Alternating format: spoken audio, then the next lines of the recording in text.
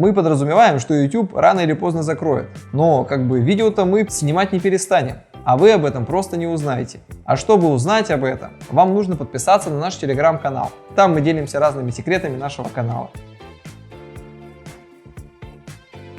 Скоро лето, а лето в Якутске это очень дискомфортное время. Дома нагреваются, а окно открыть невозможно, потому что там комары, пыль, дым. Еще у нас появляются эти стритрейсеры по несуществующим дорогам. И чтобы себя комфортно чувствовать хотя бы дома, каждый якутянин должен иметь кондиционер. Это просто must have. Он не только дарит прохладу дома, а также очищает входящий воздух. Я по себе знаю, что самому кондиционер выбрать очень сложно, а установить вообще невозможно. Поэтому нужно обращаться к профессионалам. Мы вам советуем компанию Intec. Они уже 10 лет работают в Якутске. У них есть и кондиционеры, и монтажные бригады, которые все по фэншую как надо установят. Не затягивайте до летнего сезона. Тем более у Intec сейчас идут скидки на кондиционеры до 30%. А по промокоду BuyBalalai вы получаете скидку на установку кондиционера 10%. Акция действует до 20 мая.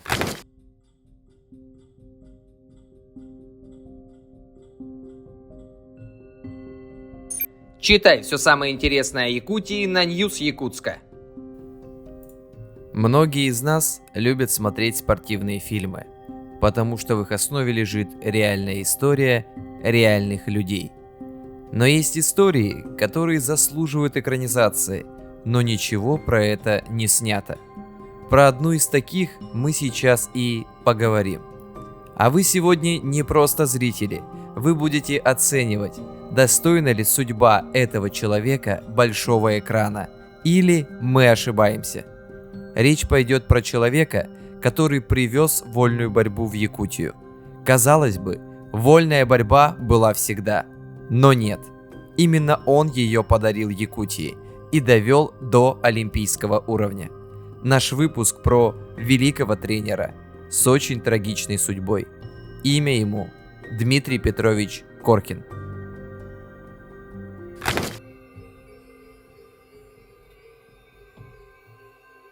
Дмитрий Петрович Коркин родился 5 сентября 1928 года в Катанахском наследии Чурапчинского улуса в обычной якутской семье.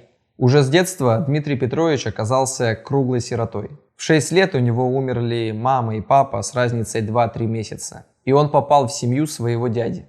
Но на этом трудности не заканчиваются. Когда ему было 13 лет, началась Великая Отечественная война. Казалось бы, дети и война никак не связаны между собой. Когда всех, кто был призывного возраста, забрали на фронт, в Чурапче началась сильная засуха.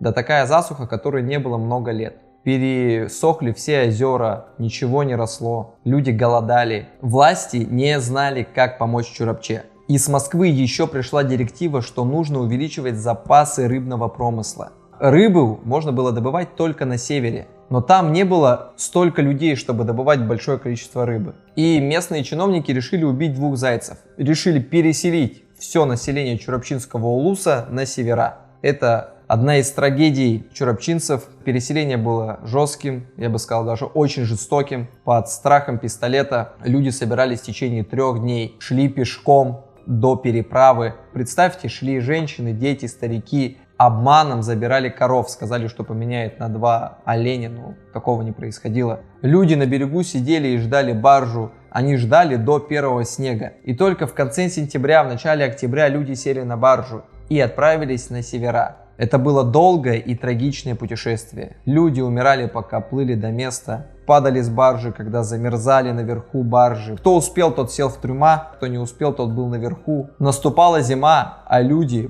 на открытом воздухе плыли на север. Власть обещала чурапчинцам, что их там будут ждать дома, условия для жизни. Но большинство переселенцев, приехавшие, увидели просто голую тундру. Среди тех, кто попал под переселение, был и Дмитрий Петрович Коркин. В подростковом возрасте Дмитрий Петрович начинает помогать фронту, добывать рыбу на северах. Там же, как говорят, он посадит свое здоровье, которое в будущем приведет к его ранней кончине. На севере он начинает учиться в школе. Помимо интереса к учебе, у Дмитрия Петровича появляется большой интерес к спорту. Он занимается и гимнастикой, и боксом. В любым доступным спортом на тот момент. Причем в любом спорте он добивается многого. Все видят в нем большой спортивный потенциал. Он самостоятельно выступает на концертах с гимнастическими трюками. Позже Дмитрий Петрович переезжает в Якутск в интернат и трижды становится чемпионом Якутска по многоборью. Так как он жил в интернате, денег своих у него особо не было. И он пытался зарабатывать самостоятельно. Зарабатывал колкой дров, работал в лагере вожатым. Наступил момент поступления в университет. Ему все говорили: поступай куда легче. Но Дмитрий Петрович всегда бросал вызов самому себе и говорил: а чем я хуже других? Представьте, имея тройку по русскому языку из-за своего якутского акцента, он смог поступить в Ленинградский педагогический университет на отделение русского языка и литературы и закончить его. Впервые, учась в университете, он знакомится с такими видами спорта, как самбо и вольная борьба. Эти виды единоборств увлекают Дмитрия Петровича. Имея большой талант к спорту, Дмитрий Петрович быстро добивается успехов. Он за короткое время становится чемпионом города по самбо. У него была еще одна цель. Он очень хотел попасть в сборную города, потому что те, кто был в сборной города, получали талоны на питание, которые были так нужны бедному студенту. Потому что свою стипендию он тратил на самообразование, изучал культуру, покупал учебные пособия. Он не забывал, для чего он приехал в Ленинград. Для того, чтобы стать учителем. К моменту окончания обучения перед ним стоит выбор: уехать в Чурапчу и работать по призванию, либо остаться еще на год и получить мастера спорта. Он, недолго думая, выбирает вернуться на родину. Вернувшись в Якутию, он по распределению попадает в Оджелунскую семилетку и работает там завучем с одновременным преподаванием русского языка и литературы. Помимо основной работы, он начинает обучать ребят из колхоза вольной борьбе. Но тогда в Оджелунской школе был только один гимнастический мат, а он совершенно не подходил для обучения вольной борьбе. Дмитрий Петрович решает сделать мат из соломы. Но нецелевое использование соломы было запрещено. Дмитрий Петрович смог найти аргументы для председателя колхоза, и тот разрешил использовать солому для мата. Так появились первые маты для вольной борьбы в Якутии. Небольшое отступление для понимания географии. Деревня Оджелун находится в 12 километров от административного центра, которым является село Чурапча. Слухи о талантливом тренере быстро расползлись по всей Чурапче, и его просили преподавать в самом центре. До центра было идти 12 километров, но Дмитрия Петровича это не испугало. На протяжении 4 лет, 3 раза в неделю, он ходил 12 километров до Чурапчи и обучал местных ребят вольной борьбе. Местные жители до сих пор называют путь, который проходил Дмитрий Петрович, тропой Коркина. Поговаривают, что он ни разу не опоздал. Спустя 4 года работы Дмитрий Петрович переводится из Оджелунской в Чурапчинскую школу в должности завуча и учителя физкультуры. Там на общественных началах создается спортивный корпус, в котором он начинает учить всех желающих. В этом корпусе проходят первые якутские соревнования по вольной борьбе. Дмитрий Петрович понимает, что ему еще не хватает опыта, и он решает поехать на Олимпиаду в Токио. Там, видя различные стили борьбы, изучив все эти методики, он приходит к тому, что нужно искать свой стиль, нужно искать свой подход. Его методику обучения позже назовут Коркинским почерком. В чем заключается Коркинский почерк? В обучении борьбе Дмитрий Петрович обращал огромное внимание на анатомию и физиологию человека. Он не пытался сломать природу своих учеников и навязать свое. Он старался развить личный потенциал каждого. Поэтому все замечали, что у каждого борца Коркина был свой уникальный стиль. В своих тренировках Дмитрий Петрович использовал фото- и видеотехнику. Конечно, сейчас их используют везде. И в футболе, и в баскетболе, и в UFC. Разбирают соперника или изучают свои личные ошибки. Но тогда он был новатором. Он использовал это уже в 60-х годах. Он понимает, чтобы добиться больших успехов и стать спортсменами высокого класса, нужно не просто тренироваться борьбе, нужно жить борьбой. В 1966 году в Чурапче открывается первая в России детская юношеская спортивная школа, в которой дети могли жить и обучаться вольной борьбе. Впервые в практику обучения вольной борьбы вводит тренировки 2 раза в день. Дмитрий Петрович, он как гений-изобретатель. Он взял взрывную силу у национальных якутских прыжков, хитрость, ловкость и силу у национальной борьбы Хапсагай, не забыл выносливость, которую дарят бег и кросс. И вот получился рецепт тренировки якутского борца. Но еще чего-то не хватало, и он создает свои уникальные тренажеры, которым тогда не было аналогов в мире. Все тренажеры Коркина были сделаны из дерева. На первый взгляд простые и допотопные, но на самом деле они приносили неоценимую пользу. Дмитрий Петрович считал, что борцам нужна не сила штангиста, не сила культуриста, а именно специальная борцовская сила. И тренажеры созданы с целью ее развить. Интересны, кстати, не только сами тренажеры, а еще и история их создания. Однажды Коркин увидел, как его ученик Нустр Дмитриев, приехавший после летних каникул, стал очень хорошо проводить бросок через бедро в обе стороны. Тренер поинтересовался, что тот делал летом, на что он ответил, что крутил ручное сверло-центровку. Дмитрий Петрович решил проверить и убедился, что движение по поворачиванию сверла действительно похоже на проведение приема бросок через бедро. Так появился тренажер, который назван в честь его ученика – Нустр. Что мы видим на этом фото? Ну, вроде обычное подтягивание. Но на самом деле в руках борца две короткие палочки, и он, втыкая их в отверстие, должен взобраться наверх и спуститься обратно. Расстояние между отверстиями сделано так, чтобы не было одинаковой последовательности отверстия. Это упражнение резко отличается от обычного подтягивания, так как помимо простого подтягивания борец должен сконцентрировать внимание на точном попадании в дырку. Этот тренажер впоследствии назвали «Стена Коркина». Сейчас ее используют за рубежом в популярном направлении кроссфит. А Дмитрий Коркин придумал это полвека тому назад. В вольной борьбе 77% победы – это успешный проход в ноги. И для тренировки этого навыка Коркин использовал проход под палкой на деревянном полу, не опираясь на колени. Это важно. Если при проходе в ноги борец опирается на колени, то движение становится медленным и соперник успеет защититься. Также, чтобы проходить в ноги, нужно иметь чувство дистанции. Для этого Дмитрий Петрович придумал проход под массивным качающимся препятствием. При прохождении под качающейся массивной балкой у борца развивается чувство дистанции и зрительная реакция, которая так важна при проходе в ноги. Если вы видели соревнования по вольной борьбе, то движения у спортсменов всегда очень резкие. А для таких резких движений нужна взрывная сила. Чтобы развивать взрывную силу, были придуманы национальные прыжки по разновысоким столбам. Это упражнение развивает взрывную силу в сочетании с точной координацией ног. Также немаловажный аспект – это равновесие, координация и умение мгновенно расслабить ту или другую группу мышц. Для этого Коркин ввел ходьбу с балансировкой по натянутому тросу и ходьбу на бочке. Ну и чтобы провести тот или иной прием, борцу нужен сильный захват. Идею тренировки этого навыка Дмитрий Петрович подсмотрел у животных.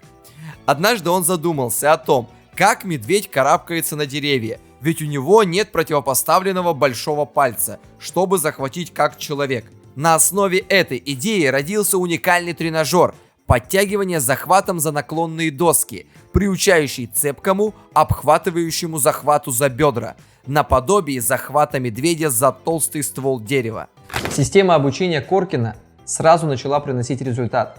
Его ученики становятся фаворитами многих всесоюзных соревнований. А чемпион СССР, если вы посмотрите на карту СССР тех годов, это чемпион почти половины планеты Земля. Из маленькой якутской деревни они становились чемпионами половины планеты Земля. Вести об успехах учеников Дмитрия Петровича разносятся по всей Якутии. Мальчишки из других улусов мечтают попасть на тренировки к великому тренеру. Коркин начинает ездить по республике в поисках будущих учеников. Тогда такой практики вообще не было. Спортсмены сами приходили к тренеру. Тренер никогда не бегал за спортсменом. Но Дмитрий Петрович любил писать свои правила. Коркин всегда видел будущий потенциал того или иного ученика. Он мог сказать, станет он хорошим борцом или нет. Однажды к Коркину приехал тренироваться молодой парень из далекой Мордовии. Его звали Виталий Орехов. Он, как и многие, очень хотел стать борцом высокого класса. Но Дмитрий Петрович сразу ему сказал, что после долгих лет тренировок единственное, кем ты сможешь стать, это весьма средним мастером спорта. Лучше иди и учись. Наверное, обидно слышать такое, но Виталий принял критику достойно. выучился на редкую профессию хирурга-рентгенолога и впоследствии был очень благодарен, что в нужный момент услышал нужный совет. Чурапчинская школа Коркина достигла таких высот, что она давала ребятам возможность поступать в любые города Советского Союза без особых проблем. Теперь для простых деревенских ребят были открыты любые двери. История помнит победителей, и Дмитрий Петрович знал этот закон. Он хотел, чтобы в историю мирового спорта вошла якутская нация. Потому что у нации, у которой десятки национальных видов спорта, должно быть олимпийское золото. И это золото пришло в 1972 году. В 1972 году Роман Дмитриев становится чемпионом Олимпийских игр в Мюнхене. Олимпийская медаль. Это в масштабах страны невероятно. В масштабах маленького якутского села грандиозно. И эта медаль по виду спорта, которому в Якутии было меньше 20 лет. Представьте, все, что он сказал, сбылось. Его ученик взял олимпийское золото. Он, как тренер, вошел в историю. Но он продолжает совершенствовать свои методики и учить новых олимпийских чемпионов. И спустя 4 года на олимпийском пьедестале в Монреале уже стоят 3 его ученика. Павел Пенигин, Роман Дмитриев и Александр Иванов. Это был рассвет якутской борьбы. Казалось, что впереди большие перспективы. Но также это был закат здоровья тренера. С каждым годом ему становилось все хуже и хуже. Он уже не ездил на соревнования с учениками. Он с трудом приходил на тренировки, но продолжал делать свое дело – учить вольной борьбе. Говорили, что еще чуть-чуть, и он допишет свою научную диссертацию. Потому что он подходил к тренировкам по вольной борьбе не как тренер, а как ученый. Он изучал структуру тела. Что может, а что не может спортсмен. Если сейчас при современном подходе всех подгоняют по шаблону и все борются одинаково, то у каждого борца, который воспитывался у Дмитрия Петровича, был свой подход, свой стиль, своя природа. Дмитрий Петрович до конца боролся со своей болезнью, но 22 февраля 1984 года его не стало. Не стало великого тренера. Он очень сожалел, что не смог найти себе преемника, передать свой накопленный опыт. И вправду, его наработок хватило бы на целую научную диссертацию. Это человек, который подарил новый спорт Якутии. Он не просто подарил этот спорт, он его развил, создал в нем наследие. И теперь вольная борьба – это спорт номер 1 в Якутии. Если вы сейчас спросите, где лучшие борцы, какая школа борьбы лучше, то скорее всего вы услышите Дагестан, Хабиб. А если бы этот вопрос вы задали 50 лет тому назад, то скорее всего в этом ряду были бы слова Коркин и Якутия. Простой парень из катанахского наследия Чурапчинского улуса Республики Саха-Якутия создал историю и стал частью ее. Это ли не сценарий для фильма? Спасибо, если вы досмотрели наше видео до конца. Спасибо за ваши отзывы, которые вы писали на прошлое видео. Мы вот, вдохновившись ими, и вот бросились писать сценарий для этого видео, снимать его. Вот снимали вообще, если вы заметили, там было светло, когда мы начинали снимать, сейчас уже очень темно. Подписывайтесь на наш канал, пишите комментарии. Мы вдохновляемся только этим, потому что YouTube нам ничего не дает. Он забрал у нас монетизацию, никак не продвигает эти видео. Все только ради вас. Обязательно делитесь этим видео со своими друзьями. Пусть все узнают о таком великом человеке, как Дмитрий Петрович Коркин. Всем бай-балалай. Я у него тренировался, в Чурапчине жил 2 года и тренировался 2 года. Это равносильно тому, что я 20 лет пахал на ковре. Потому что Дмитрий Петрович Коркин обладал большой гипнотической силой, большой силой слова убеждения. Он намного вперед смотрел. И это прогнозирование, точностью до математического расчета он прогнозировал победу, допустим, Вячеслава Карпова, когда Якутия выйдет на всесоюзную арену. С математической точностью прогнозировал, когда Якутия выйдет на мировую арену.